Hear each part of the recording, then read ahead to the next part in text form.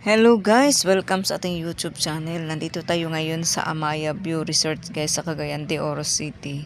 At ito yung may mga pispan-pispan sila dito mga kawing. At ang laman ng isda ay tinatawag ito na koi. Tama ba? Ang lalaki talaga ng mga isda rito guys. At saka nakakawala talaga ng stress. No? Ayan po. Ang laki niya guys. Iba't ibang kulay ang mga isda na yan guys. Ayan po. Nililinisan yan every week para hindi siya ganun kadumi yung tubig, ganun. So ito po ay halo po yung mga kulay at ang ganda tingnan mga kawing. Ayan po ay na mayroon pong parang dilaw, gold, and then mayroon pang pinaghalo na puti, no? Na yung koi fish.